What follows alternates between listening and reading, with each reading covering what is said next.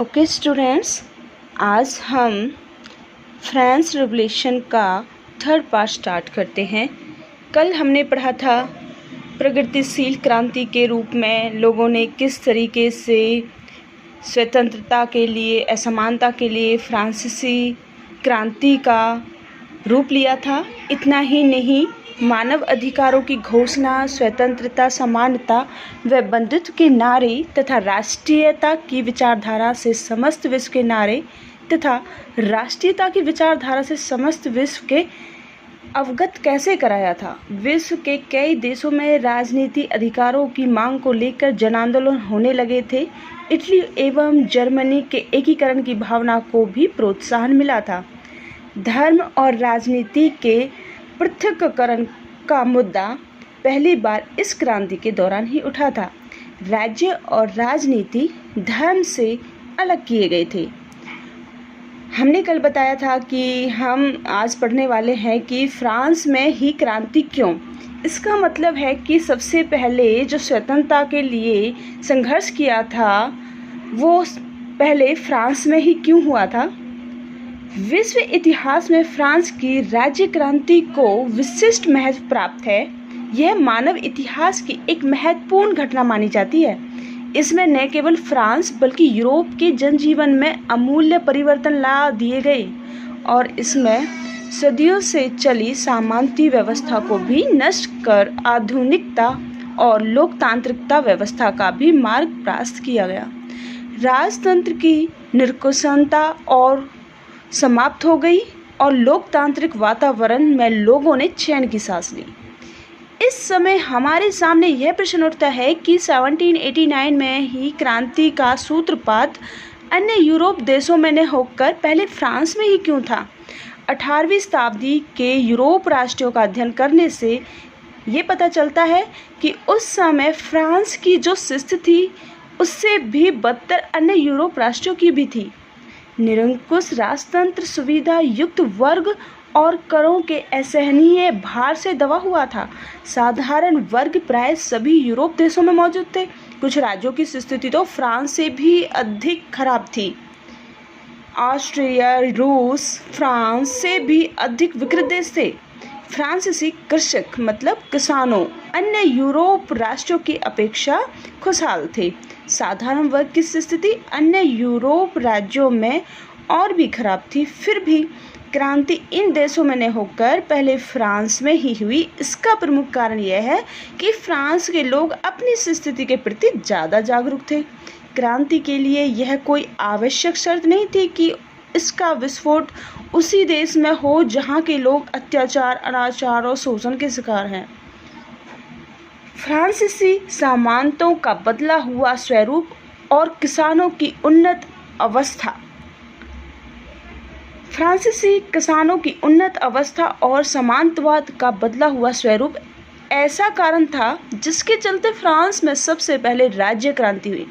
यूरोपीय देशों के किसान अभी उदासी की स्थिति में थे, परंतु फ्रांस के किसान स्वतंत्र हो चुके थे।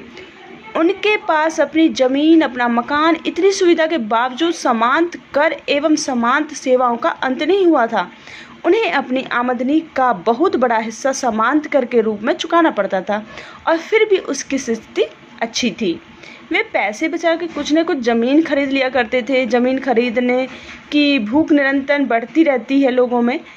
इसमें समांत कर वे बेरोजगारी बाधक थे, अतः वे समांत पेशों को हटाने की बात सोच ही रहे थे कि मध्य वर्ग के नेतृत्व में उन्हें बल मिल गया और 1789 ईस्वी में उन्होंने विद्रोह शुरू कर दिया था। फ्रांस में उदार निरंकुशता की परंपरा का अभाव रहा था। अन्य यूरोपीय देशों में भी निरंकुश राजतंत्र था, परंतु वहाँ के सम्राटों ने समय अनुसार अपनी निरंकुशता में कमी कर दी थी। प्रजा का राजा फ्रेडरिक अपने समय का महान प्रबुद्ध प्रशासक था, जिसका अनुसरण यूरोप के अन्य देश भी करते थे, जैसे रूस, जर्मन, इटली, स्पेन आदि। उन्होंने समय अनुसार आर्थिक, भौतिक तथा अन्य क्षेत्रों में उन्नत करने का यथासंभव प्रयास किया, परंतु फ्रांस में इस तरह की उदारता का कुंसता का अभाव था और वहाँ के राजा जनता की भलाई के लिए कुछ भी नहीं करते थे, बल्कि और अधिक टैक्स उनसे वसूल करते थे। इससे जनता में क्या हुआ कि शोषण की भावना बढ़ गई और इसी वजह से फ्रांस की जनता इससे इतनी उब गई थी, इसीलिए फ्रांस की जनता निरंकुश राजतंत्र को समाप्त करना चाहती थी। मध्य वर्ग की जागरूकता, फ्रांस में ही सबसे पहले क्रांति होने का कारण वहाँ का मध्य वर्ग ही था। अन्य देशों में भी मध्यम वर्ग थी, परंतु वे फ्रांस की तरह सांस्कृतिक, धनी और शिक्षित नहीं थे। उन्हें शक्ति का अभाव था। वे राजा के खिलाफ बगावत करने के लिए सोचते थे कि राजा के खिलाफ कैसे हम बगावत करें। फ्रांस में मध्य वर्ग के लोग अनेक कारणों से अपने सम्राट से असंतुष्ट थे, खुश नहीं थे और अपनी रक्षा के लिए राज सत्ता पर अंकुश लगाने के लिए उतावले हो रहे थे। उन्हें यूरोपीय राज्यों में इस तरह की स्थिति का अभाव था। अन्य देशों में नेतृत्व करने वाला कोई नहीं था।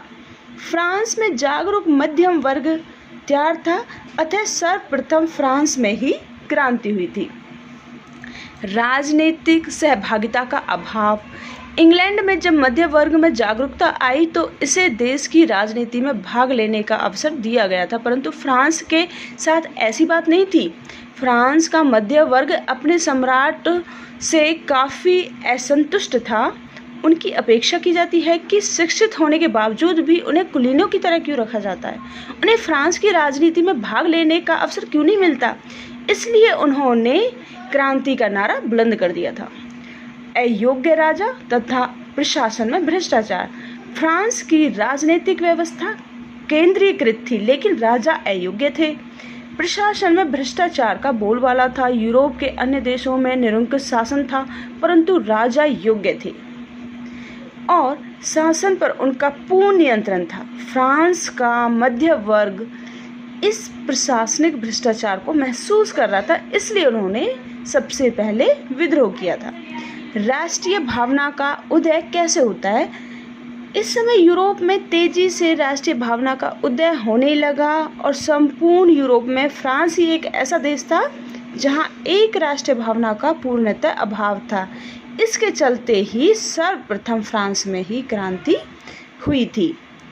तो हमें फ्रांस में किस तरीके से क्रांति हुई है, लोगों में जो अपने राजा के लिए जो गुस्सा था वो क्यों था, किस तरीके से राजा ने जनता पर अत्याचार किए थे, लेकिन फ्रांस पहले से एक विकसित देश रहा है, लोग भी वहाँ के शिक्षित थे, इसलिए उन्होंने सबसे पहले अपनी स्वतंत्रता के लिए, अपनी बंधुत्वता को हटाने के लिए सबसे पहले क्रांति शुरू की थी।